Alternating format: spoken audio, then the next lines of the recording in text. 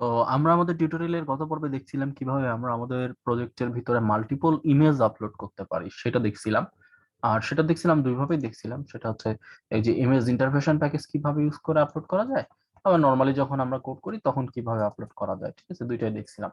তো আজকে যে জিনিসটা দেখবো সেটা হচ্ছে যে আমরা আমাদের এই যে এইখানে আমরা একটু রিফ্রেশ করি,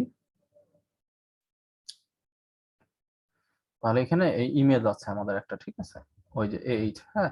এবং এখান থেকে যদি আমি কপি ইমেজ লিংক করি এবং এখান থেকে যদি আমরা এখানে পেস্ট করি, তাহলে দেখবো এই যে আমাদের ইমেজটা কিন্তু এখানে আসছে। ঠিক আছে, এবং এইটা আসতেছে এই যে এইখান থেকে, এই এপিআই থেকে। হ্যাঁ, ওকে। তো এখন যেটা করব সেটা হচ্ছে আমরা এখানে যদি ইউজার ইমেজটাকে আপলোড করি, যেমন আমরা এখানে আসি, প্রোফাইলে আসি। ঠিক আছে, যাক প্রোফাইলে, এই যে, তো প্রোফাইলে চলে আসছে, এখানেও কিন্তু ইমেজটা আছে, তাই না? আবার এখান থেকে আমরা যদি দেখি কপি ইমেজ লিঙ্ক, এবার এটা একটু বড় ভাবেই দেখাবে। হ্যাঁ, এই যে, ওকে। তাহলে এই যে এখান থেকে আসতেছে, তাই না?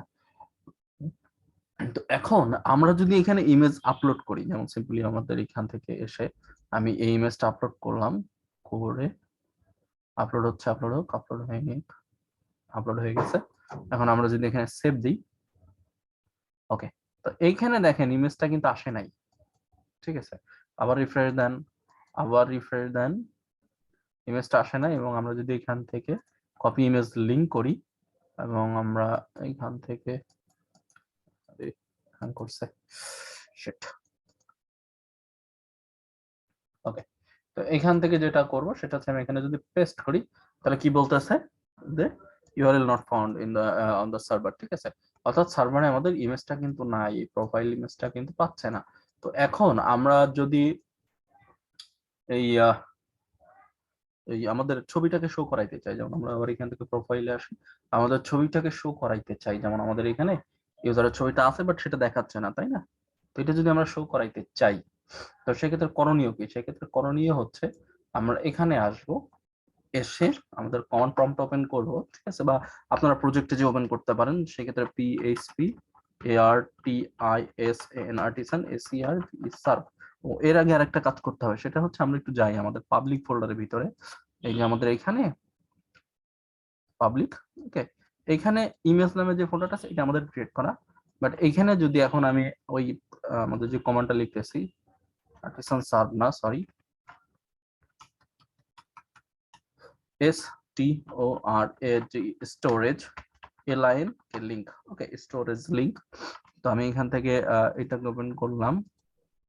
ঠিক আছে, করে দেখি এখানে কিচ্ছু নাই। এখন আমি কমান্ডটাকে রান করাই।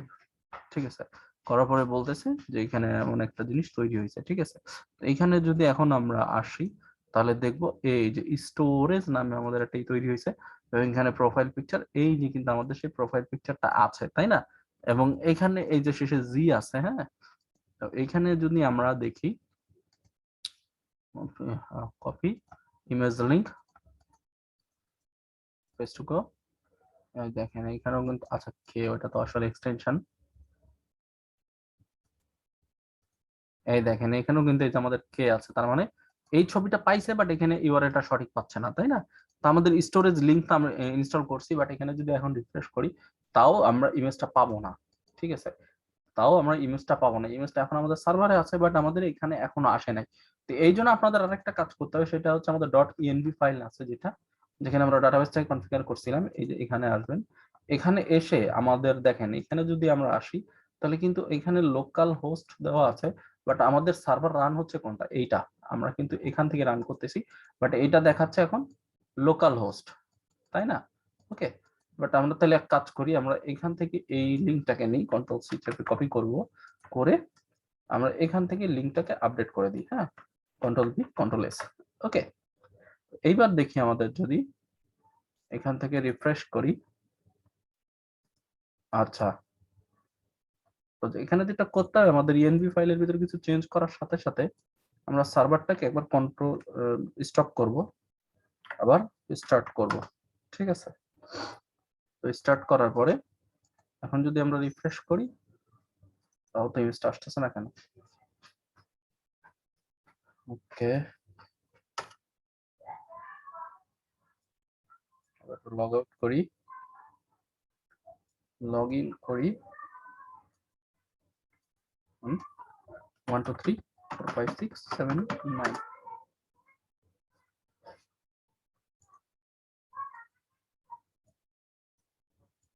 তো পেজটা আসতেছে না, আসার তো কথা ছিল।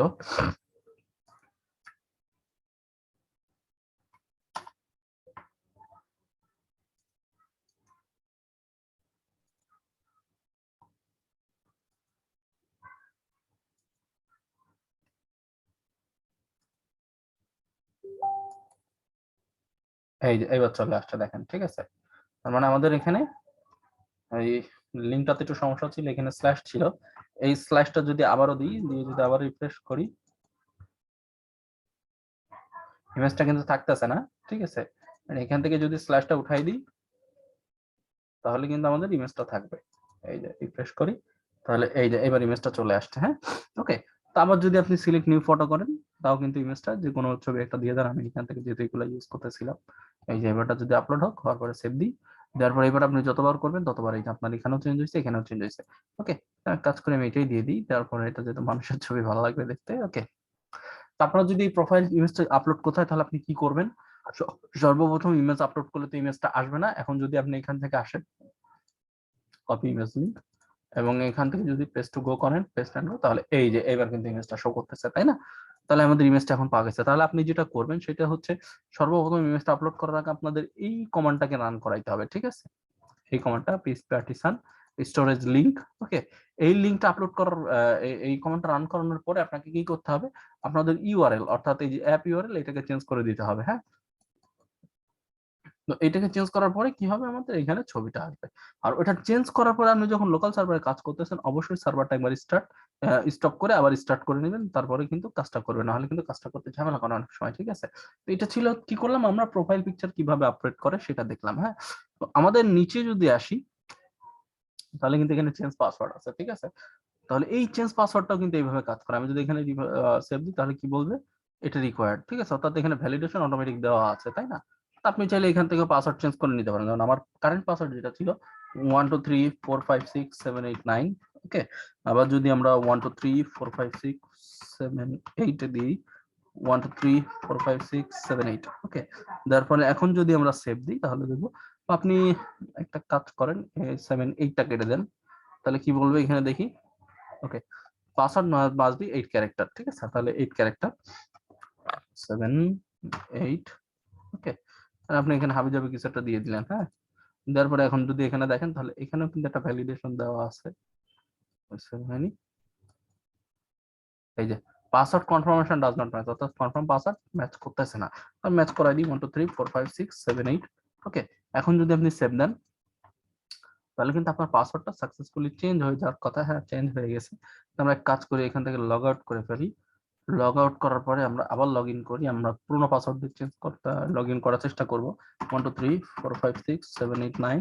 ওকে, দিয়ে লগ ইন করলাম, কি বলতেছে এখানে পাসওয়ার্ড ম্যাচ করে নাই রেকর্ডের সাথে। তাহলে আমরা 1 2 3 4 5 6 7 8। ওকে, দিয়ে লগ ইন দিলাম,